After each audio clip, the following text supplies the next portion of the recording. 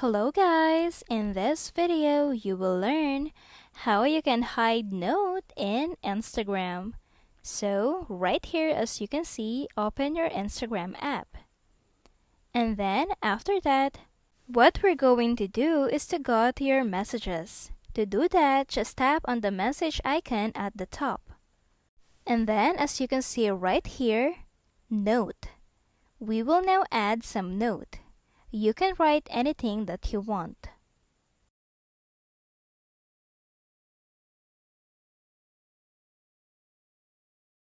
After that, you can see at the bottom, share with. You can tap on close friends. And then you can choose any close friends that you want to send your note. For example, I choose only one person. And then after that, I will be tapping on share button. So that one person that I choose as my close friend will be the only friend that can see my note.